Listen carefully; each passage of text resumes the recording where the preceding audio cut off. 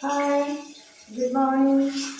അപ്പോൾ ഇന്ന് രാവിലെ നമ്മൾ ബ്രേക്ക്ഫാസ്റ്റ് ഉണ്ടാക്കാനായിട്ട് പോവുകയാണ്. ഈ വെള്ളം എടുത്തത് ബ്രേക്ക്ഫാസ്റ്റിന് വേണ്ടിയിട്ട് മാവ് കുഴയ്ക്കാനാണ്. ഇവിടുന്ന് പൂരിയാണ് ഉണ്ടാക്കുന്നത്, പൂരിയും സാമ്പാറും. വെള്ളം നമ്മൾ ചൂടാക്കാനായിട്ട് വെച്ചിട്ടുണ്ട്. ഇനി നമ്മൾ ഗോതമ്പ് പൊടി എടുക്കുകയാണ്.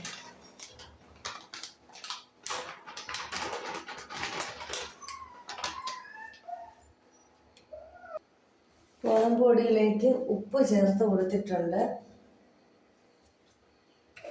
ഇനി ഞാൻ ചേർക്കുന്നത് കുറച്ച് നെയ്യാണ്. നെയ്യ് കുറച്ചിങ്ങോട്ട് ഒഴിച്ചു കൊടുത്തിട്ടുണ്ട്. അളവൊന്നുമില്ല, കുറച്ച് ഒഴിച്ചു കൊടുത്തു.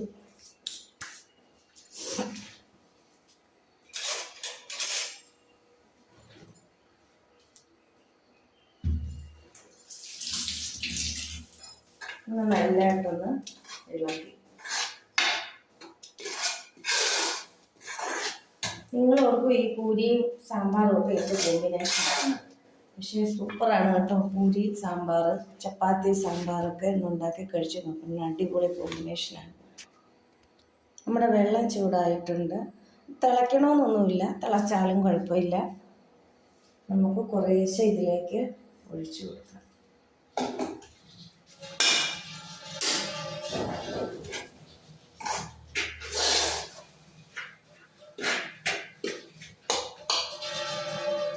ഇന്ന് ചോറ് കൊണ്ടുപോകുന്നില്ല, അതുകൊണ്ടാണ് ഇന്ന് പൂരി ഉണ്ടാക്കുന്നത്. ഇന്ന് ഉച്ചയ്ക്ക് കഴിക്കാനായിട്ട് പൂരിയാണ് കൊണ്ടുപോകുന്നത്. ഈ വെള്ളം ചേർക്കുന്നതിന് മുമ്പ് ഒരു സാധനം ചേർക്കണമായിരുന്നു. ഒരു അര ഗ്ലാസ് പാൽ ഈ മാവിലേക്ക് ഒഴിച്ചു കൊടുക്കണമായിരുന്നു. ഒഴിച്ചു കൊടുത്തിട്ടുണ്ട്. ഇത് ഇന്നലെ രാത്രിയിൽ കാച്ചി വെച്ച പാലാണ്.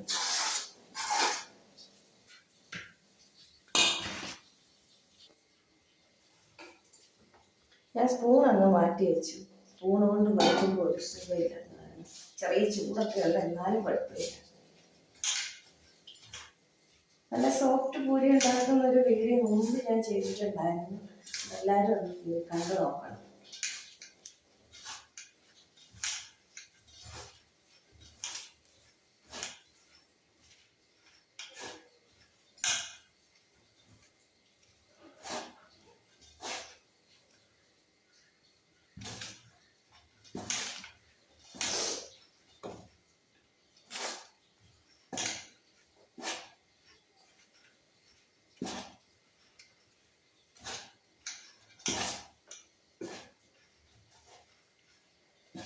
ഇന്ന് ചോറ് കൊണ്ടുപോകുന്നില്ലാത്തതുകൊണ്ട് തന്നെ കുറച്ച് വൈകിയാണ് നമ്മൾ എഴുന്നേറ്റ് ഇരിക്കുന്നത്. പൂരിയും കറിയൊക്കെ ഉണ്ടാക്കാൻ അത്ര താമസമില്ലല്ലോ.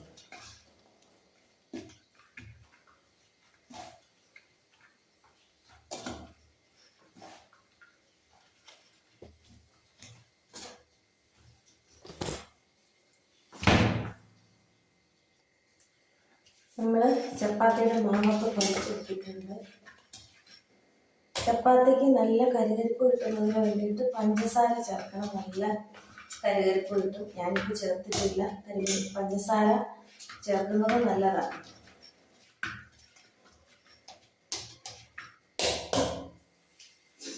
ഇനി നമ്മൾ ഇതിൻ്റെ മുകളിലേക്ക് കുറച്ച് നെയ്യ് കൂടെ തൂവി കൊടുക്കും. എന്നിട്ട് തന്നെ ഇങ്ങനെ മൊത്തം നെയ്യില്ലാത്തവർ വെളിച്ചെണ്ണ ചേർത്താലും മതി. നെയ്യ് ഉണ്ടായതുകൊണ്ടാണ് ഞാൻ നെയ്യ് ചേർക്കുന്നത്. നെയ്യ് ചേർത്ത് കഴിയുമ്പോൾ നല്ല ടേസ്റ്റാണ്, നല്ല സോഫ്റ്റ്നെസ് ആയിരിക്കും ചപ്പാത്തിക്കും പൂരിക്കും ഒക്കെ. അങ്ങനെ നെയ്യും ചേർത്തിട്ടുണ്ട്. ഇനി നമ്മൾ ഇത് അടച്ചു വെക്കണം. അടച്ചു വെക്കേണ്ടത് ഇതുപോലെ കുഴിയുള്ള ഒരു പാത്രം വെച്ച് അടച്ചു വെക്കണം. എന്ന് വെച്ചാൽ ഇതിൽ ഇങ്ങനെ ഇറങ്ങിയിരിക്കണം. അപ്പം നമ്മൾ ചപ്പാത്തി മാവ് അടച്ചു വെച്ചിട്ടുണ്ട്. ഇതിനെ ഇങ്ങനെ ഒരു അരമണിക്കൂർ നേരം റെസ്റ്റ് ചെയ്യാനായിട്ട് വെക്കാം. അത് കഴിഞ്ഞ് പൂരി ഉണ്ടാക്കിയെടുക്കുമ്പോൾ, പൂരിയാണെങ്കിലും ചപ്പാത്തി ആണെങ്കിലും എന്തുണ്ടാക്കിയെടുത്താലും നല്ല സോഫ്റ്റായിട്ടുള്ള ചപ്പാത്തിയും പൂരിയും ഒക്കെ കിട്ടും. ഇനി നമ്മൾ പൂരിക്ക് കറിക്ക് സാമ്പാറാണ് ഉണ്ടാക്കുന്നതെന്ന് നേരത്തെ പറഞ്ഞു. ഈ സാമ്പാറിൻ്റെ കഷ്ണങ്ങളൊക്കെ ഉപ്പും മഞ്ഞൾപ്പൊടിയൊക്കെ ഇട്ട് വെള്ളത്തിലിട്ട് വെച്ചിട്ടുണ്ട്. കുറച്ച് നേരമായി ഇട്ട് വെച്ചിട്ട്. ഇനി ഇത് നമുക്ക് കഴുകി വൃത്തിയാക്കി ഒന്ന് കഷ്ണങ്ങളാക്കി എടുക്കണം. നമുക്കൊന്ന് നല്ല വൃത്തിയായിട്ട് കഴുകി എടുക്കാം.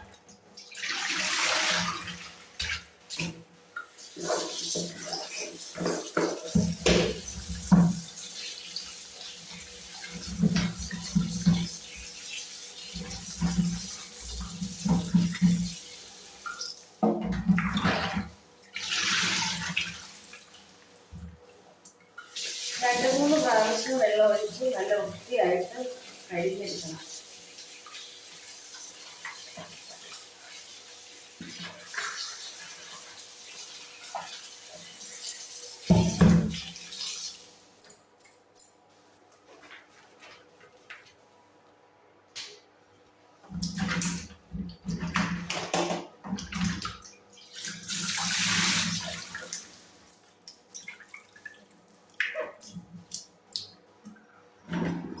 നന്നായിട്ട് കഴുകി എടുത്തിട്ടുണ്ട്. നമുക്ക് ഈ പച്ചക്കറിയൊക്കെ ചെറിയ കഷ്ണങ്ങളാക്കി അങ്ങ് അരിഞ്ഞെടുക്കാം.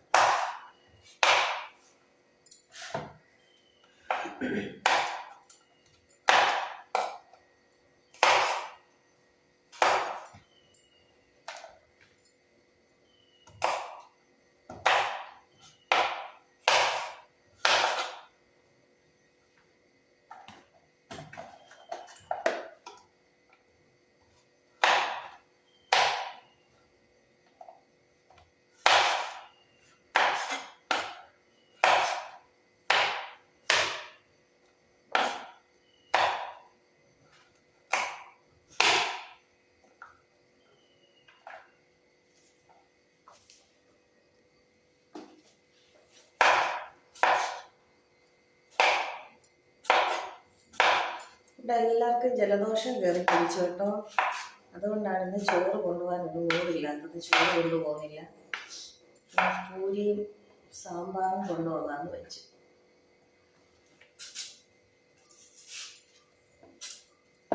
മോൻ എക്സാമാണ്. പിന്നെ രാവിലെ എക്സാമിന് പോയിട്ട് ഉച്ചയാകുമ്പോഴത്തേക്കും എക്സാം കഴിഞ്ഞ് വരും.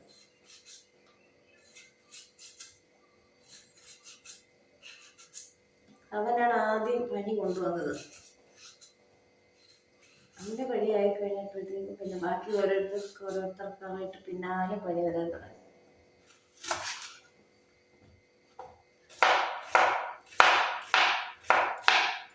ഈ കായൊക്കെ ഞാൻ ഉപ്പുവെള്ളത്തിൽ ഇട്ട് ഇച്ചിരി നേരം ഒന്ന് വെക്കും കേട്ടോ. ഇതിന് വലിയ കറിയൊന്നുമില്ല, എന്നാലും വെക്കും.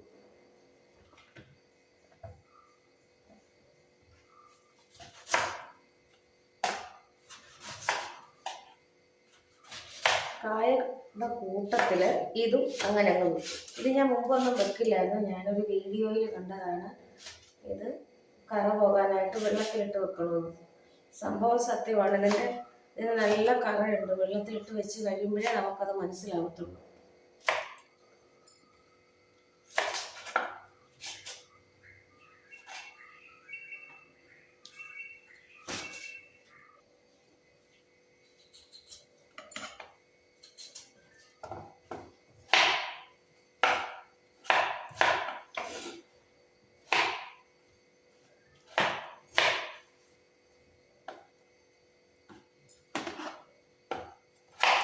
ഈ ഉരുളക്കിഴങ്ങും ഞാൻ അതിൻ്റെ കൂട്ടത്തിലിട്ട് ഒന്ന് കഴുകിയെടുക്കും. ഉരുളക്കിഴങ്ങിൻ്റെ സ്റ്റാർച്ച് കുറച്ച് പോയി കിട്ടുമല്ലോ, അതുകൊണ്ട് ഇത്രയും സാധനം നമ്മൾ കഴുകി ഇത്രയും സാധനം കഴുകാനായിട്ട് എടുത്ത് വെച്ചിട്ടുണ്ട്. സാമ്പാറിനുള്ള കഷ്ണങ്ങളൊക്കെ അരിഞ്ഞെടുത്തിട്ടുണ്ട്. ഇതൊരു കുക്കറിലേക്ക് ഇട്ട് കൊടുക്കുകയാണ്. ഈ വെണ്ടയ്ക്ക, തക്കാളി ഇതൊന്നും അരിഞ്ഞെടുത്തിട്ടില്ല. അത് നമ്മൾ ലാസ്റ്റ് വഴറ്റി ചേർക്കുകയാണ് ചെയ്യുന്നത്. ഇത് നമ്മൾ കഴുകി വച്ചിരിക്കുന്ന കഷ്ണങ്ങളാണ്. നമ്മുടെ കായ, വഴുതനങ്ങ, ഉരുളക്കിഴങ്ങ് അത് ഇതിലേക്കങ്ങ് ഇട്ട് കൊടുക്കാം. ഇത് തുവരപ്പരിപ്പ് കഴുകിയെടുത്തതാണ്. കഴുകി വെള്ളത്തോടു കൂടി തന്നെ അതിലേക്ക് ഇട്ട് കൊടുക്കാം. ഇനി ആവശ്യത്തിന് കുറച്ച് മഞ്ഞൾപ്പൊടിയും ആവശ്യത്തിനുള്ള ഉപ്പും ചേർത്ത് ആവശ്യത്തിന് വെള്ളം ഒഴിച്ച് ഇത് സ്റ്റൗവിലേക്ക് വെക്കാം. നമ്മൾ സാമ്പാറിൻ്റെ കഷ്ണങ്ങൾ കുക്കറിലാക്കി സ്റ്റൗവിലേക്ക് വെച്ചിട്ടുണ്ട്. ഇനി നമ്മൾ വെണ്ടയ്ക്ക, ഒരു തക്കാളി, സവാള ഇത്രയും അരിഞ്ഞത് കടുക് വറക്കുമ്പോൾ വഴറ്റാനായിട്ട് വെച്ചിട്ടുണ്ട്. ഇനി നമുക്ക് പൂരി ഉണ്ടാക്കാനായിട്ട്, പൂരിക്ക് പരത്താനായിട്ട് പോകാം. നമ്മൾ മാവ് പരത്താനായിട്ട് എടുക്കുന്ന സമയത്ത് നെയ്യ് തേച്ച് വെച്ചേക്കുമല്ലേ, നമ്മൾ ഒന്നും കൂടെ ഒന്ന് കുഴച്ച് കൊടുക്കണം. എന്നിട്ട് വേണം നമ്മൾ പരത്തിയെടുക്കാനായിട്ട്.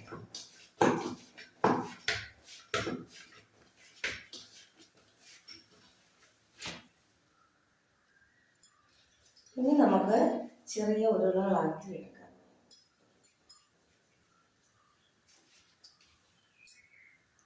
ഈ ഒരു അളവിലുള്ള ചെറിയ ഉരുളകളാക്കിയിട്ട് നമുക്ക് പൂരിക്ക് മാവ് പരത്തുന്ന സമയത്ത് ചപ്പാത്തിയുടെ അത്രയും കനം കുറയ്ക്കേണ്ട ആവശ്യമില്ല. ഒരുപാട് കനം കുറഞ്ഞു പോയാൽ ഇത് നന്നായിട്ട് പൊങ്ങി വരികയില്ല, ഒരുമാതിരി ഇരിക്കും.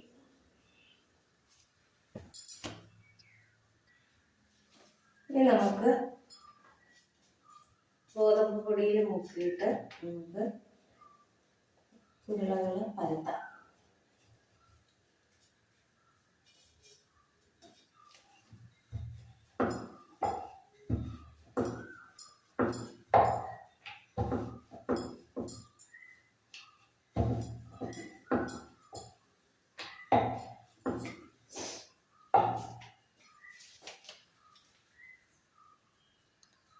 ഇത്രയും വലുപ്പത്തിൽ പരത്തിയെടുക്കാം.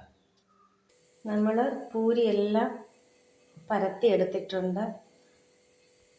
പൂരി വറുത്തെടുക്കുമ്പോൾ ഇതിൻ്റെ മുകളിലുള്ള ഈ ഗോതമ്പിൻ്റെ പൊടിയെല്ലാം തട്ടിക്കളയണം. ഇങ്ങനെ പൂരിയിൽ പൊടി ഉണ്ടാകാതിരിക്കാൻ വേണ്ടിയിട്ടൊരു ടിപ്പ് പറഞ്ഞു തരാം. പൂരി ഉണ്ടാക്കുമ്പോൾ, പൂരി ആണെങ്കിലും ചപ്പാത്തി ആണെങ്കിലും പരത്തി വെക്കുമ്പോൾ ഇതിങ്ങനെ അടുക്കി മുകളിലായിട്ട് പരത്തി വെക്കുക. അത് കഴിഞ്ഞ് പരത്തി കഴിയുമ്പോൾ ഇത് അതേപോലെ എടുത്ത് തിരിച്ച് വെക്കുക. അപ്പം ഏറ്റവും ആദ്യം പരത്തിയത് മുകളിൽ കാണും. അങ്ങനെ അതിലൊന്നും ഒരൊറ്റ പൊടി പോലും കാണത്തില്ല. നല്ല അടിപൊളിയായിട്ടിരിക്കും.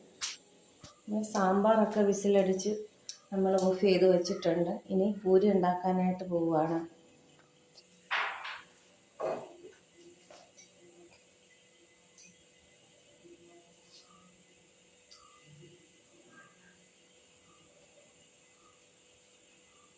പൂരി ഉണ്ടാക്കുന്നതിനാവശ്യമായ വെളിച്ചെണ്ണ ഒഴിച്ചു കൊടുത്തിട്ടുണ്ട്. എണ്ണ ചൂടായി, പൂരി ഇട്ട് കൊടുക്കുകയാണ്. ഞാൻ കുറേശ്ശെ വെളിച്ചെണ്ണയിലാണ് പൂരി ഉണ്ടാക്കിയെടുക്കുന്നത്. പൂരിയെല്ലാം എന്ത് എണ്ണപ്പലഹാരങ്ങൾ ഉണ്ടാക്കിയാലും അങ്ങനെ തന്നെയാണ് ചെയ്യുന്നത്. എണ്ണ ഇടയാകാതിരിക്കാൻ വേണ്ടിയിട്ടാണ് അങ്ങനെ ചെയ്യുന്നത്.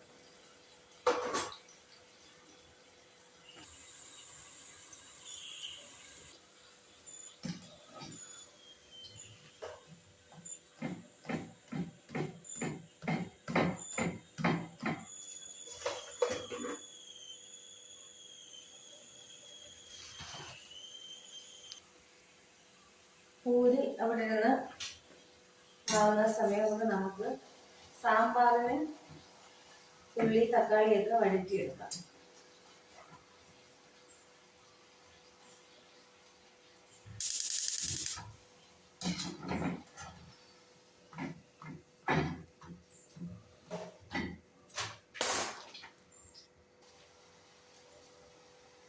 വെളിച്ചെണ്ണ ഒഴിച്ചു കൊടുക്കാം. എണ്ണ ചൂടായതിൻ്റെ ആവശ്യത്തിന് കടുക് ഇട്ട് കൊടുക്കാം.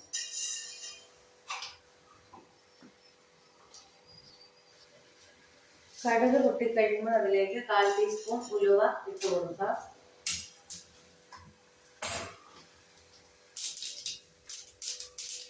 അതിനുശേഷം നമ്മൾ അരിഞ്ഞു വെച്ചിരിക്കുന്ന സവാള, തക്കാളി, വെണ്ടയ്ക്ക ഇത് മൂന്നും ചേർത്ത് കൊടുക്കാം. ഒരു 2 കറിവേപ്പില കൂടി അതിലേക്ക് ഇട്ട് കൊടുക്കാം.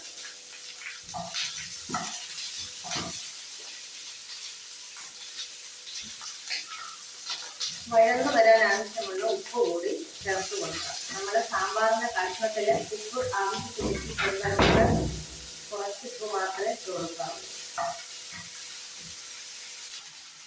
ഇനി നമ്മൾ വഴന്നു വന്ന ഇതിലേക്ക് ആവശ്യത്തിന് പൊടികൾ ചേർത്ത് കൊടുക്കാം. കുറച്ച് മഞ്ഞൾപ്പൊടി ചേർത്ത് കൊടുക്കാം. മഞ്ഞൾപ്പൊടി കുറച്ച് നേരത്തെ നമ്മൾ സാമ്പാറിൻ്റെ കഷ്ണങ്ങളിൽ ഇട്ടുണ്ടായിരുന്നു, അതുകൊണ്ട് കുറച്ച് മാത്രം ചേർത്ത് കൊടുക്കാം. 1 ടീസ്പൂൺ മല്ലിപ്പൊടി. ഞാൻ മല്ലിപ്പൊടി കുറച്ചാണ് ചേർക്കുന്നത്, അതുകൊണ്ട് ടേസ്റ്റിനൊരു പ്രശ്നമില്ല.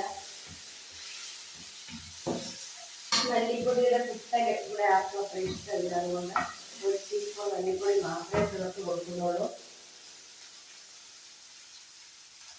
മുളക് പൊടിയാണ് ചേർക്കുന്നത്. 2.5 ടീസ്പൂൺ മുളക് പൊടി ചേർക്കുന്നുണ്ട്.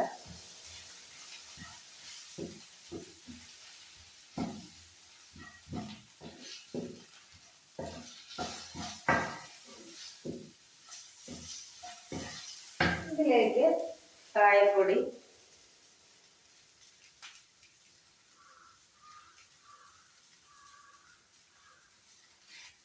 കായപ്പൊടി കുറച്ചങ്ങ് കുടലിട്ട് കൊടുക്കുന്നതാണ്, ഇതിന് അളവൊന്നും നോക്കിയില്ല.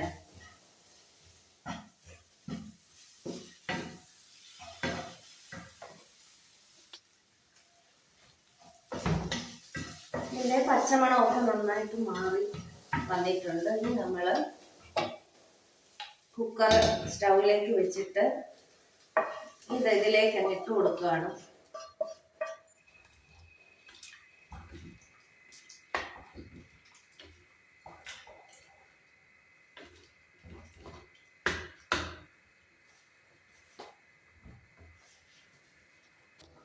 ഇനി നമുക്ക് ഇതിലേക്ക് കുറച്ച് പുളിവെള്ളം കൂടി ചേർത്ത് കൊടുക്കാം.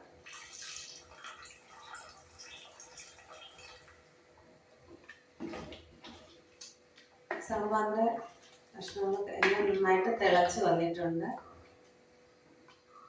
തിളയ്ക്കണമെന്ന് നിർബന്ധമില്ല, തിളച്ചാലും കുഴപ്പമില്ല.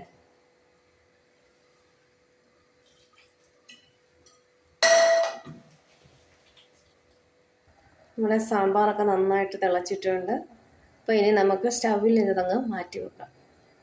കായപ്പൊടി വേണമെന്നുണ്ടെങ്കിൽ കുറച്ചുകൂടെ ചേർത്ത് കൊടുക്കാം ഈ സമയത്ത്.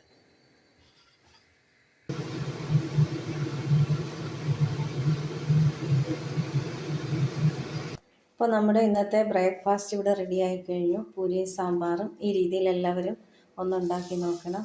ഈ വീഡിയോ ഇഷ്ടപ്പെട്ടെങ്കിൽ ലൈക്ക് ചെയ്യണം, ഷെയർ ചെയ്യണം, കമൻറ്റ് ചെയ്യണം. അതിപ്പോൾ നല്ലൊരു വീഡിയോയുമായി ഉടനെ വരുന്നതായിരിക്കും. Thank you.